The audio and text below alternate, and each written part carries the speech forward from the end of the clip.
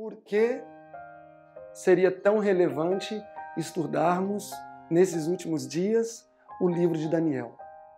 Bom, pelo menos 3 razões principais eu vou lhe dar. A primeira delas, ao falar em Mateus 24 sobre os eventos finais, Jesus indicou o livro do profeta Daniel. Ponto 2, o livro de Daniel nos indica em qual tempo estamos vivendo na cronologia profética dos últimos dias. E o terceiro ponto, e eu considero mais importante, é que o livro de Daniel nos revela de forma didática, pedagógica, qual qualidade de caráter vai subsistir nos últimos dias. Pois os 3 hebreus estiveram diante da estátua que representa o decreto dominical e foram fiéis. Daniel esteve diante de um decreto de morte e também foi fiel. Então, no livro de Daniel, encontramos qual qualidade de caráter subsistirá nos últimos dias. Em Apocalipse 6,17 nos diz: porque é vindo o grande dia da sua ira, ou seja, porta da graça se fecha, pragas. E aí faz uma pergunta: quem subsistirá? E para responder essa pergunta, temos o capítulo 7 de Apocalipse, que apresenta os 144 mil. Então, quem subsistirá? Os 144 mil, que terão a mesma qualidade de caráter que teve Daniel e os seus amigos. O meu nome é Silverino Kiel, sou o fundador do IAG.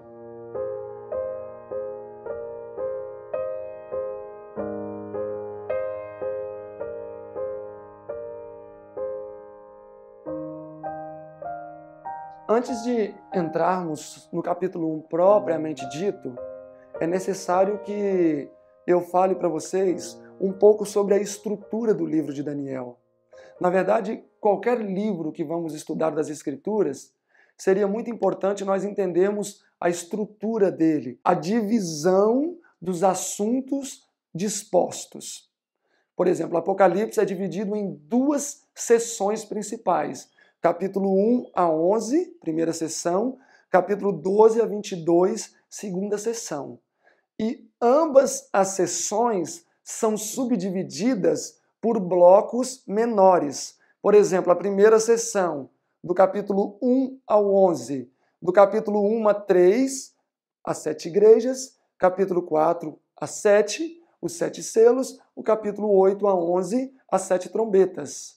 Então temos uma seção subdividida por 3 blocos. A segunda seção, capítulo 12 ao 22, também é dividida em 3 blocos. Capítulo 12 a 14, o grande conflito entre Deus e Satanás. Capítulo 15 a 18, a queda de Babilônia espiritual e o derramamento das pragas. E o capítulo 19 a 22, a restauração de todas as coisas. Então nós precisamos pegar cada livro que pretendemos estudar, lê-lo pelo menos 10 vezes, pelo menos é assim que eu faço. Antes de começar a estudar um livro da Bíblia, eu leio ele 10, 12 vezes. Depois eu divido o livro em blocos e depois em subblocos. E aí eu começo então a estudar o livro propriamente dito. Então no livro de Daniel nós vamos ver que existe também uma divisão bem nítida. Ele pode ser dividido também em 2 seções. A divisão número 1, os capítulos históricos proféticos, e a divisão número 2, os capítulos proféticos históricos. Quais são os capítulos históricos proféticos? Capítulo 1, capítulo 3, 4, 5 e 6. Na verdade, são capítulos que contam histórias literais que aconteceram com Daniel, seus amigos e com o povo de Deus em Babilônia. Então, estes são os capítulos históricos proféticos. A segunda seção, encontramos os capítulos proféticos históricos. Quais seriam? Capítulo 2, 7 a 12. Estes são os capítulos históricos proféticos. Ah, mas Silverino, qual a diferença entre eles? Ok, os capítulos históricos proféticos são histórias tipológicas ou ainda histórias que profetizam. Por exemplo, Daniel 3 fala sobre a grande estátua de ouro que foi erguida em Dura. E a irmã White, comentando em Manuscript Releases, e no capítulo 3, quando formos estudar, eu vou dar todas as referências, ela diz que aquela imagem representa o decreto dominical. Então é uma história literal, profética. Ela profetiza um evento futuro similar à história ocorrida no presente do profeta. Capítulo 1, por exemplo, também temos ali conflito entre a verdadeira e a falsa educação. Temos ali uma dieta verdadeira e uma dieta falsa. Será que nos últimos dias também teríamos conflitos entre a verdadeira e a falsa educação? Entre a verdadeira e a falsa adoração? Entre a verdadeira e uma falsa dieta? Uma dieta que Deus prescreveu e uma dieta que o mundo tem prescrevido? Obviamente que sim. Então todas as histórias enunciadas nos capítulos históricos são histórias proféticas tipológicas que indicam que aquelas histórias vão se repetir no futuro. Já os capítulos proféticos históricos são profecias que iriam se cumprir através dos anais do tempo. Ou seja, iriam começar a se cumprir algumas nos dias do próprio profeta Daniel, e à medida que o tempo fosse avançando, no princípio de interpretação profética historicista, que nós como adventistas usamos, identificaremos que todas as profecias enunciadas por Daniel se cumpririam ao longo da história. Ou seja, são profecias que se cumpririam ao longo da história.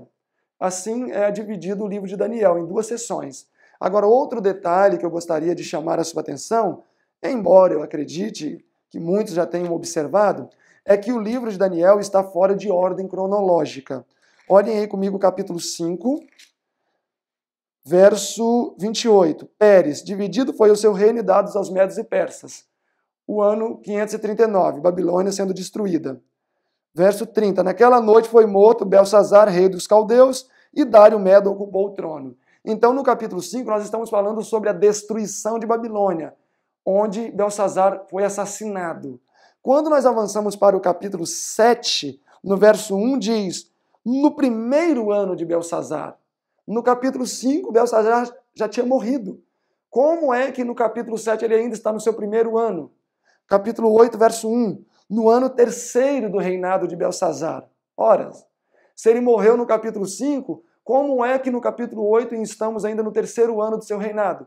Simples, o livro só não está concatenado em ordem progressiva de escrita. Então a ordem correta do livro de Daniel seria capítulo 1, capítulo 2, capítulo 3, capítulo 4, depois o capítulo 7, depois o capítulo 8, depois o capítulo 5, queda de Babilônia, depois o capítulo 6, aí o capítulo 9, 10, 11 e 12. Essa é a ordem cronológica correta do livro de Daniel, tá? Memorizou? Isso aí é muito bom você anotar no papelzinho e confiar à memória. Tudo o que diz respeito às escrituras sagradas é fundamental que confiemos à memória, tá? Agora, sem mais demora, eu gostaria que nós avançássemos, como diz o meu amigo Daniel Silveira, de bico no capítulo 1 do livro de Daniel. Em Daniel capítulo 1, verso 1, diz o seguinte: no ano 3º do reinado de Jeoiaquim, rei de Judá, veio Nabucodonosor, rei da Babilônia, a Jerusalém e a sitiou. Nós estamos aqui no ano 605 e eu gostaria de dizer algo muito importante. Nesta data, nós temos o início da profecia dos 70 anos, mencionada por Jeremias, capítulo 25, verso 1.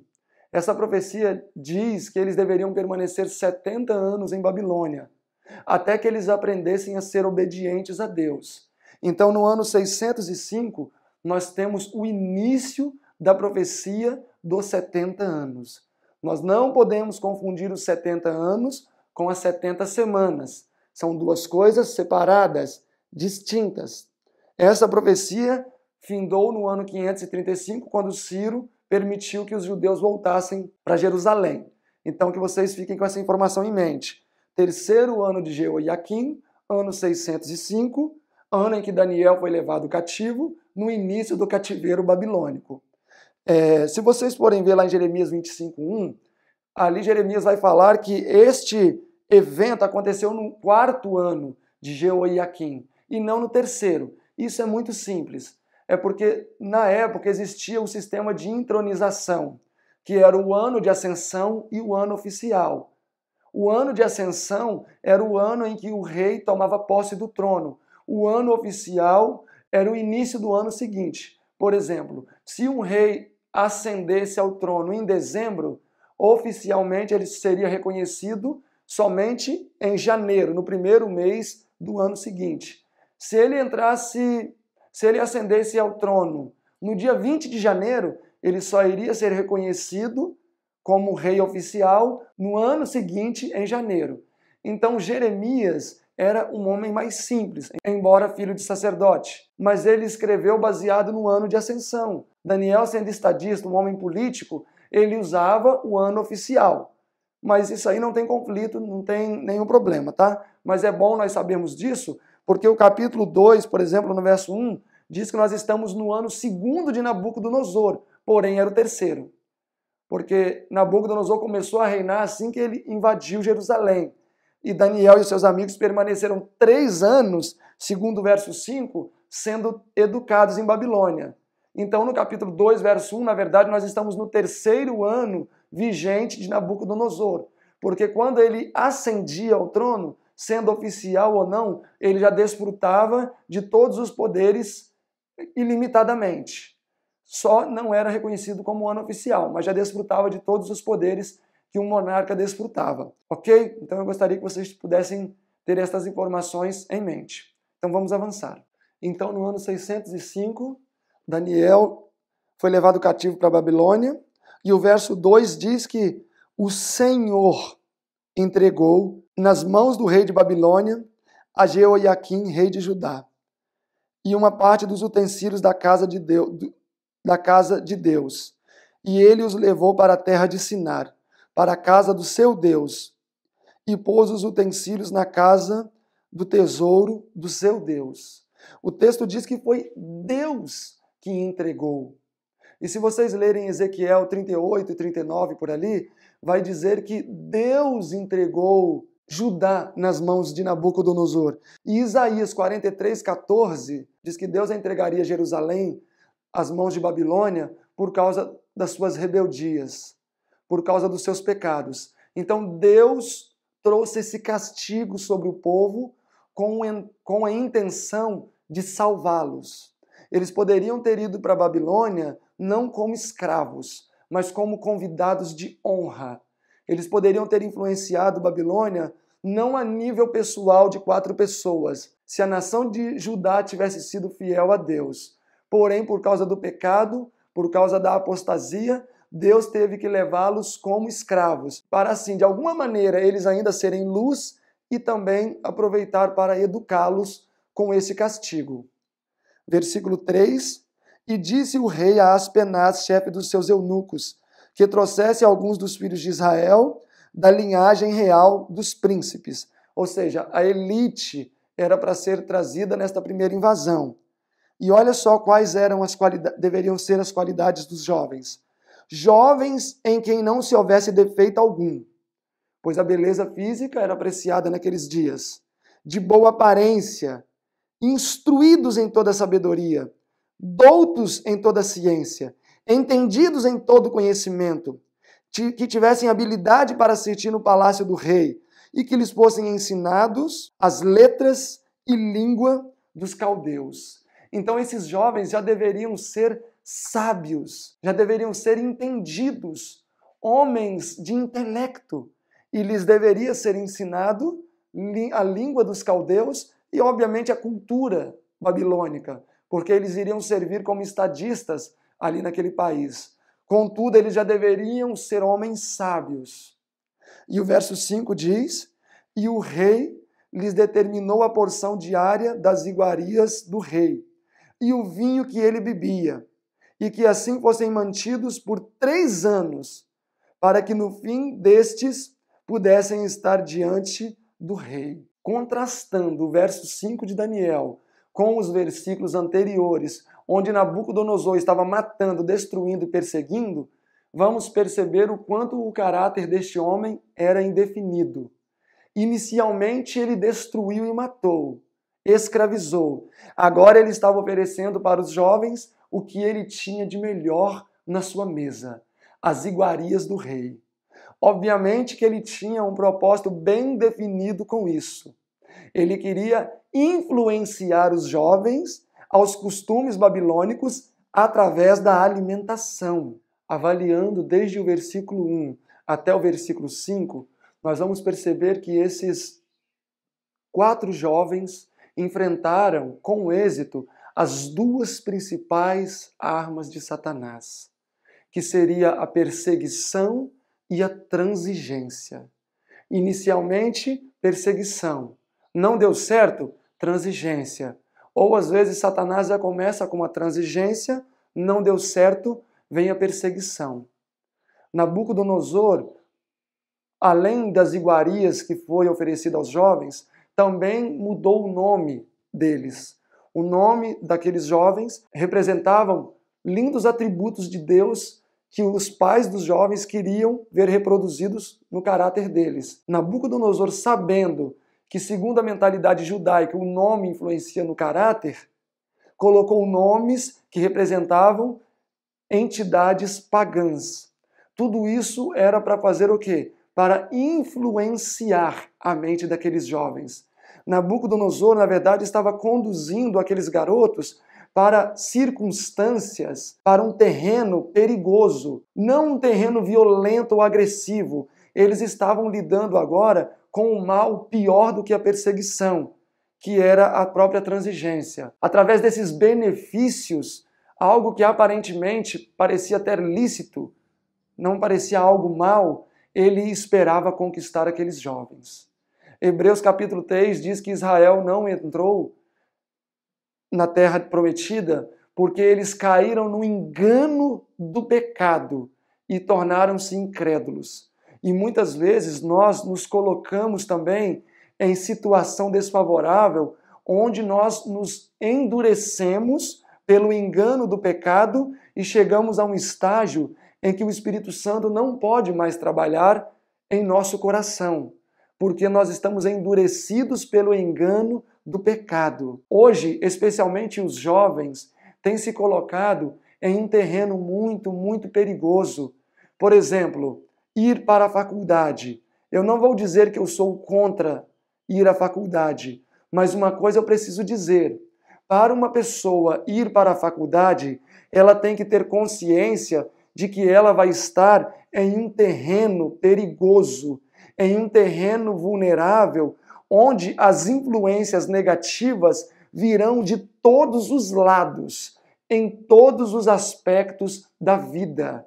Então, um jovem que deseja ingressar na faculdade, assim como Daniel ingressou na faculdade por 3 anos, no mínimo ele precisa ter o caráter de Daniel, para que ele possa entrar e não ser enganado pelo pecado e endurecido pelo mesmo. Pois as insinuações de Satanás são sutis. Aparentemente são coisas inocentes, ilícitas. Não, mas o namoro é algo lícito. Ela também é cristã, ela é adventista, como eu. Mas será que ela professa a mesma fé, com a mesma profundidade e os mesmos detalhes que você professa? Então, o julgo desigual pode ser em diferentes setores da nossa vida. E temos que tomar cuidado que Satanás vai usar muitas coisas lícitas. E ele não tem pressa. Ele anda no passinho de Jacó. Ele te dá um empurrãozinho, deixa você se acostumar naquele estágio, dá mais um empurrãozinho, e você começa a sentir então desconfortável, ele se afasta um tempo, aí ele vai dar mais um empurrãozinho, isso se chama o engano do pecado. E quando você cai em si, você já não tem mais condição de cair em si, por quê? Porque está endurecido pelo pecado, pelo engano do pecado. E aí já não consegue mais enxergar. As pessoas vão falar para você, olha, desde que você entrou na faculdade, ou desde que você namorou com tal menino, ou se casou, ou desde que você entrou em tal emprego, você mudou. Porém, você não vai enxergar as mudanças em você, por quê? Porque você vai ter caído no engano do pecado. Daniel tinha 15 anos de idade, era uma criança. A irmã White diz, em Testemunhos para a Igreja, volume 4, na página 570, que Daniel foi levado para servir em Babilônia com 18 anos. E Cristo Triunfante, na página 172, diz: Daniel foi levado cativo para a Babilônia quando ainda era um menino. Tinha 15 ou 16 anos. Se ele foi levado para servir com 18 anos, passou 3 anos de preparação, 18 menos 3, 15 anos. Podemos definir então que Daniel era praticamente um jovem adolescente quando foi introduzido numa faculdade corrompida naqueles dias. Porém, Daniel não se corrompeu com Babilônia, senão a influenciou. Por que ele conseguiu fazer isso? Porque ele tinha um caráter amadurecido. E se você deseja entrar em uma faculdade, se você deseja entrar em um trabalho onde você vai estar exposto a influências negativas, eu não digo que você não deva fazê-lo, porém eu digo que você deve ser conduzido até lá como Daniel foi. Daniel não foi andando para a faculdade, não, ele foi como escravo. Ou seja, Deus o levou para ali. Se Deus tem te levado, você vai. Mas se não, avalie o seu desejo. Porque o que acontece muitas vezes é que nós impomos o nosso desejo para Deus. E acabamos por crer que aquele desejo que é o nosso, que nós impomos a Deus, é o desejo de Deus para nós. E Deus não revela o seu desejo para nós, por quê? Porque Ele sabe que não vamos aceitar. Ele sabe que não vamos aceitar. E aí Ele tem que esperar muito tempo até nós estarmos dispostos a aceitar o desejo dele para nós. Então avalie muito bem o seu coração quando você tiver que tomar uma decisão para escolher uma carreira, uma profissão, o que estudar, etc. Para saber se esta é a vontade de Deus ou se você está impondo a sua vontade a Deus, orando para que Ele cumpra a sua vontade e não a dele. Daniel estava disposto a fazer a vontade de Deus, independentemente de qualquer coisa, independentemente do seu gosto. E esta mesma atitude deve ser manifesta por cada um de nós. Nem mesmo a perseguição de Babilônia e nem a sua sutileza pôde corromper Daniel. Avançando aqui, capítulo 1, verso 6, então, apresenta aqui os rapazes, né? Esses jovens. Daniel, Ananias, Misael e Azarias. O verso 7 nos apresenta, então, a mudança de nome. Nomes que representavam atributos de Deus, agora receberiam nomes que representavam divindades pagãs. E o verso 8 é o verso que eu gosto, para mim é o verso-chave do capítulo, diz: E Daniel decidiu no seu coração não se contaminar. Daniel decidiu no seu coração não se contaminar. Quantos anos Daniel tinha? 15 anos. Uma criança, por bem dizer, uma criança. E Daniel, a irmã White fala que se ele procurasse, ele teria muitos motivos para se rebelar contra Deus. Primeiro deles, ele viu a sua cidade e o seu templo que ele amava sendo destruído. Ele viu a sua família se tornando escrava. Ele viu com certeza a violência feita contra o templo. Ele viu com certeza muitos dos seus serem mortos. Ele próprio foi castrado, porque Isaías 39 diz que ele seria feito eunuco. Então Daniel foi castrado. O sonho de todo judeu era ter um filho, e ele sabia, já com 15 anos, que ele nunca chegaria a ter uma família. Ele nunca ia ter uma esposa e filhos. Por quê? Porque ele foi castrado, entre outras violências que ele sofreu. E mesmo assim, Daniel decidiu ser fiel a Deus. E é interessante que muitas vezes, quando eu vou à igreja, eu escuto alguns jovens dizer: eu estou meio desanimado aí à igreja, porque quase não tem jovem aqui. Imagina, Daniel sofreu a violência que sofreu e ainda assim decidiu no seu coração ser fiel a Deus, independentemente de qualquer coisa que ele pudesse estar sofrendo. A mesma decisão que Daniel tomou, nós precisamos tomar todos os dias. Se o meu temperamento é inconstante e às vezes eu estou gentil e às vezes eu estou grosseiro, todo dia de manhã você deve decidir no seu coração revelar a amabilidade de Jesus. Se você tem fraqueza com a língua e quando menos se percebe já está falando mal de alguém, proponha no seu coração pela manhã não fazê-lo. Se você tem problema com a comida e sempre acaba comendo além do que deve, proponha no seu coração não ingerir além do que o seu corpo necessita. Se você tem problema com mulheres e não pode ver uma mulher na rua que já começa a cobiçá-la, proponha no seu coração a cada manhã não ceder a tais tentações. Paulo diz em 1 Coríntios 9, 27, antes subjugo o meu corpo e o reduzo à escravidão. No capítulo 15 do mesmo livro ele diz que a cada dia ele morre. E a irmã White, comentando em 1 Coríntios 9, 27, em Atos dos Apóstolos, na página 314, ela diz, as palavras subjugo o meu corpo literalmente significam repelir por severa disciplina os desejos, os impulsos e as paixões. Então não é uma luta fácil. Não foi fácil para Daniel decidir não se contaminar. Porém, se você um dia aceitou a missão de ser uma adventista do sétimo dia, alistando-se no exército do Senhor Deus de Israel, você precisa viver em conformidade com o que Deus exige desse pelotão de elite. Você precisa ser qualificado para ocupar a posição que se propôs a ocupar. E Daniel, com muito sucesso, foi um soldado e desempenhou muito bem o seu papel. Por quê? Porque com 15 aninhos de idade, ele decidiu no seu coração não se contaminar com as iguarias do rei. Ademais disso, existiram outros motivos que corroboraram para Daniel não se contaminar com as iguarias do rei. Primeiro, os babilônicos, assim como outras nações pagãs, comiam carnes imundas.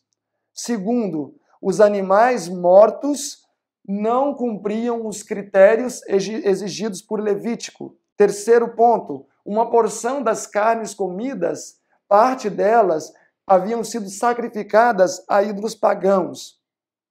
Quarto ponto, o costume das realezas pagãs e dos cortesãs e as pessoas que viviam nesses castelos eram ingerir comidas estimulantes que poderiam minar o caráter de Daniel. Quinta, Daniel sabia que aquela comida iria influenciar no seu caráter moral, assim como na sua saúde física. Sexto, o simples ato de participar à mesa destas comidas iria ser uma demonstração de que Daniel estava sancionando de alguma maneira o que ali estava acontecendo. A irmã White diz assim, no livro Instrutor Jovem, 18/8 de 1898, diz o seguinte, quando Daniel e seus companheiros foram colocados em prova, se colocaram plenamente do lado da retidão e da verdade. Não procederam de forma caprichosa, senão de maneira inteligente. Decidiram que, como a carne não havia feito parte de seu regime no passado, não deveria comê-la agora. Então o texto está dizendo que no passado Daniel não tinha na sua dieta o alimento carne, mas como ele era judeu e sacrificava, com certeza ele comia nesses períodos. Porém, não fazia parte da dieta de Daniel. Outra citação, Profetas e Reis 483, diz o seguinte, tivessem eles se comprometido com um erro, neste caso, rendendo-se à pressão das circunstâncias, e este abandono do princípio, se referindo, se eles tivessem participado da mesa, ter-lhes-ia enfraquecido o senso do direito e sua capacidade de aborrecer o erro. O primeiro passo errado tê-los-ia levado a outros, de maneira que, cortada sua ligação com o céu, eles seriam varridos pela tentação. Ou seja, um primeiro passo errado teria levado a um segundo, terceiro e assim consecutivamente. O mesmo que aconteceu com Eva. Qual foi o primeiro passo errado de Eva? Pegar o fruto? Não. Ter se afastado do marido.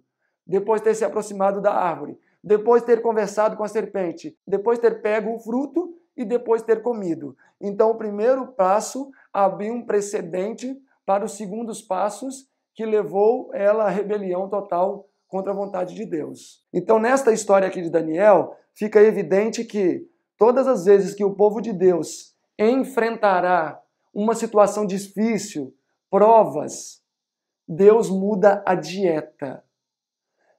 Daniel havia acabado de chegar em Babilônia. Esta seria a primeira refeição que ele iria fazer.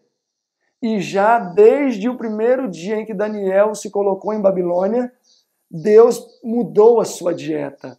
Não foi o mesmo que aconteceu com Israel no Egito? Assim que eles saíram, Deus tirou os alimentos cárneos e forneceu um alimento mais próprio a experiências que eles teriam e a missão que eles tinham à frente. O mesmo aconteceu com Daniel. Deus lhe deu uma dieta que possibilitaria maiores chances de vitória diante do conflito que ele teria e para ter êxito na missão que ele tinha a desempenhar. Será que com a última geração vai ser diferente?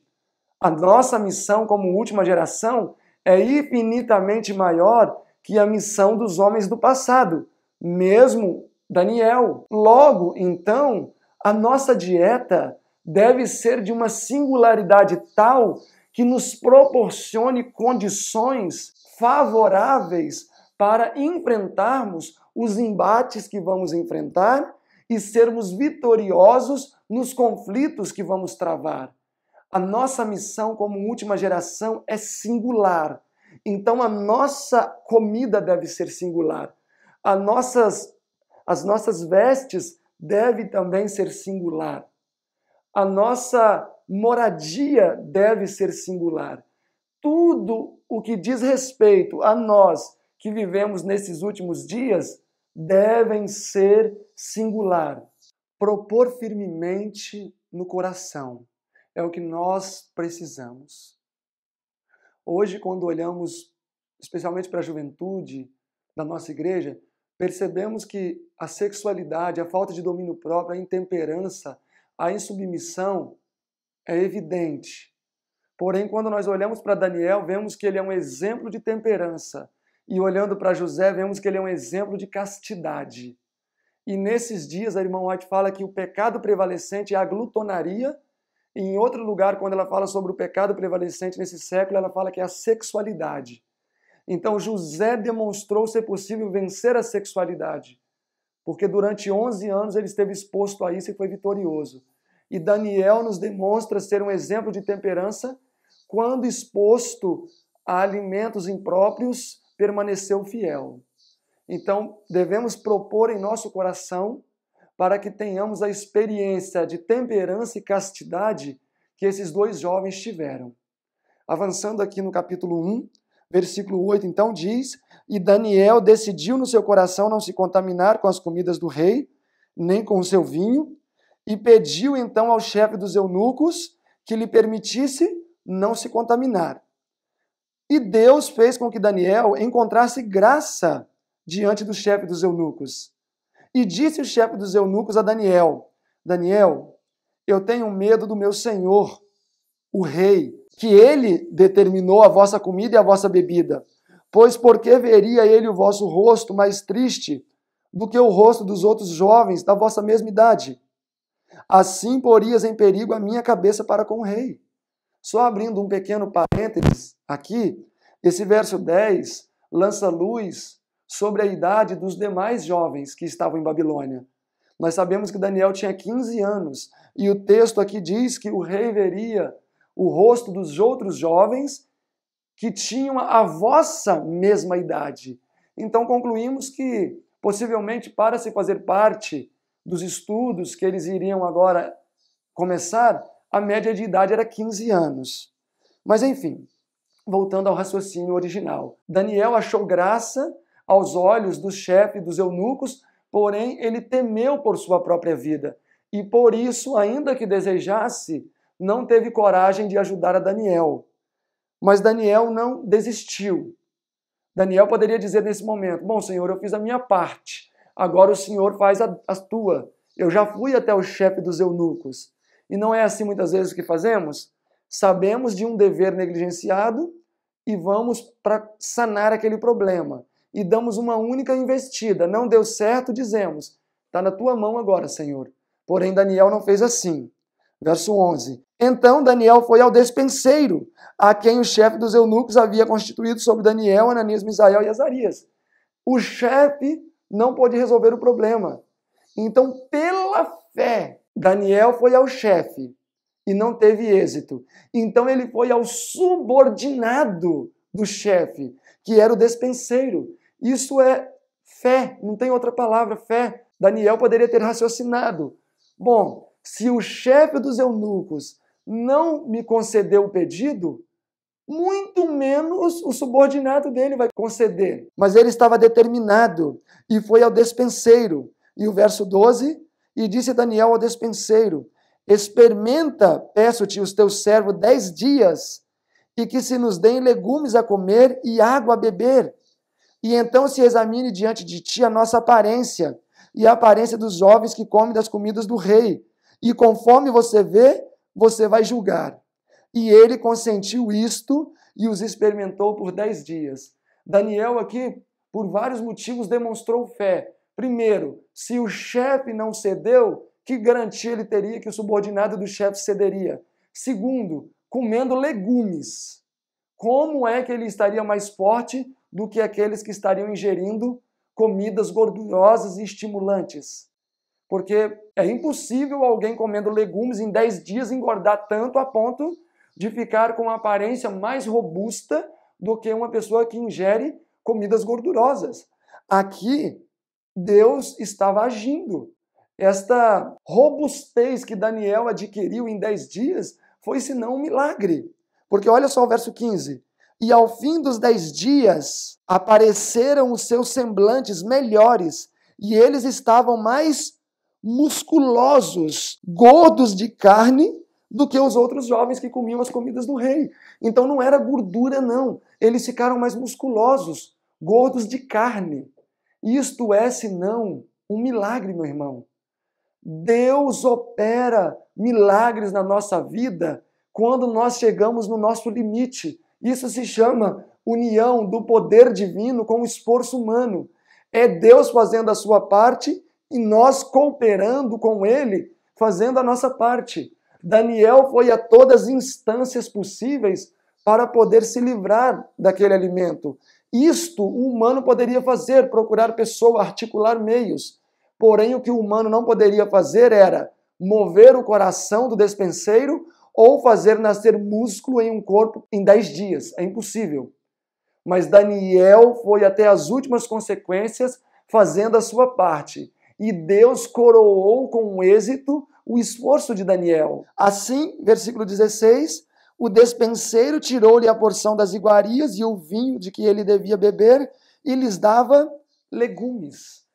Então Daniel, pela graça de Deus, conseguiu isenção daqueles alimentos que iriam corromper a sua integridade, que iriam corromper a sua moral. E uma pergunta deveríamos nos fazer: o que foi que estes jovens fizeram para encontrar tanta graça diante de Deus? E o reflexo disso foi encontrar graça também diante dos homens. Poderíamos listar alguns pontos, e o primeiro deles é firme resolução de permanecer fiel a Deus, independentemente das circunstâncias. Ponto 2, total dependência do poder de Deus. Ponto 3, temperança em tudo, independentemente das circunstâncias. Ponto 4, benignidade. Eles eram homens que, embora demonstrassem grandeza moral e de caráter, não eram uma ameaça. Ponto 5, constante vida de oração. Ponto 6, prudência. Eles eram prudentes. Em todos os setores da sua vida, eles andavam com prudência. E um ponto mais que eu gostaria de acrescentar, o ponto 7, que seria perseverança. O chefe não deixou, vamos ao outro. Se esse não deixa, vamos ao outro. Perseverança. Palavra-chave para o sucesso de Daniel. Avançando para o versículo 17, nos diz o seguinte: Quanto a esses 4 jovens, Deus lhe deu o conhecimento e a inteligência em todas as letras e sabedoria. Mas a Daniel deu entendimento em toda visão e sonhos. E ao fim dos dias, referindo-se aos 3 anos, em que o rei tinha falado que os trouxessem, o chefe dos eunucos os trouxe diante de Nabucodonosor. E o rei falou com eles. E entre todos eles não foram achados outros tais como Daniel, Ananias, Misael e Azarias. Portanto, ficaram assistindo diante do rei. Então, de todas as pessoas, de todos os jovens que estudaram naquele ano letivo, naquele período, ninguém pôde ser comparado com esses 4 jovens, que tiveram uma educação simples, porque a educação judaica era uma educação que se baseava nos princípios da Torá. Tinha que ter um ofício, ainda que nunca viesse a trabalhar, mesmo que fosse um príncipe. Paulo era um fariseu, um homem eclesiástico, ele não era de trabalho manual, porém fazia tendas. Mesmo esses príncipes de Judá deveriam aprender um ofício manual. Jesus aprendeu um ofício manual. Então eles aprendiam das Escrituras e aprendiam um ofício manual. E mesmo que a sua educação tenha sido simples, eles superaram em diferentes setores do saber a vasta classe intelectual de Babilônia. Olhem o verso 20 ainda. E em toda a matéria de sabedoria e de discernimento, sobre o que o rei lhe perguntou, os achou 10 vezes mais entendidos do que todos os magos e astrólogos que havia em todo o reino de Babilônia. Eles superaram mesmo os homens que já eram homens conhecidos por seu saber. Os magos e os astrólogos eram liderança intelectual em Babilônia. E estes jovens, agora com 18 anos, superaram mesmo seus instrutores. É o resultado de quê? Fidelidade a Deus nas pequenas coisas. E Ele nos leva a desfrutar de grandes vitórias. Então não é a simplicidade da educação de uma pessoa que determinará o que ela vai ser. Ela pode ter uma educação simples e se tornar um grande homem, um homem sábio, assim como não. Porém, ela pode ser muito bem instruída em escolas e universidades e ser uma pessoa sem entendimento, assim como pode chegar também a ter entendimento. O que vai determinar a grandeza espiritual de um homem, e isso pode se reverter em grandeza intelectual, é a qualidade de comunhão que ele tem com Deus. É aos pés de quem que ele aprendeu. No caso de Daniel, ele aprendeu acerca do Deus do seu pai, estando aos pés dos seus pais. E a irmã White, comentando sobre a experiência de Daniel, em Profetas e Reis 485, ela diz: sua aguda compreensão, o seu amplo conhecimento, sua linguagem escolhida e adequada, davam testemunho da inalterada força e vigor das faculdades mentais de Daniel. Em força física, em vigor mental, em dotes literários, esses jovens não tinham rival. A forma ereta, o passo firme, porém elástico, sua fisionomia era agradável, os seus sentidos eram lúcidos, o hálito era puro. Eram todos certificados mais que suficientes dos bons hábitos, insígnia da nobreza com que a natureza honra os que são obedientes às leis. Então Daniel se tornou um homem notável, assim como seus amigos. Por quê? Porque ele decidiu permanecer fiel a Deus. E o verso 21 do capítulo 1 diz: e Daniel permaneceu até o 1º ano de Ciro. Ciro foi o rei persa. Em outras palavras, Daniel passaria por todo o período em que Babilônia estaria em vigência como império mundial e alcançaria o 2º império mundial, Medo-Pérsia. Resumindo, temos aqui a mensagem: caiu Babilônia. Porém, Daniel não cairia. A esmagadora influência que ele sofreria naquele império não iria manchar as vestes brancas do teu caráter. A irmã White diz assim acerca da educação que se deve dar aos filhos. Orientação para a criança 163.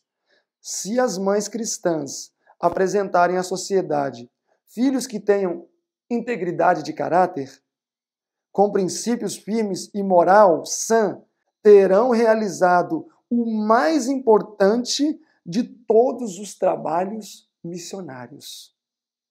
Orientação para a criança, na página agora 182, diz assim: o Senhor não justificará o desgoverno dos pais. Centenas de filhos hoje enchem as fileiras de Satanás, vivendo e trabalhando longe do propósito de Deus. São desobedientes e ingratos e não santificados. Mas o pecado desses filhos batem na porta dos pais. Uma promessa e uma advertência. No caso de Daniel, ele foi vitorioso porque desde criança ele foi educado em hábitos de estrita temperança. A Daniel foi ensinado a ter domínio próprio.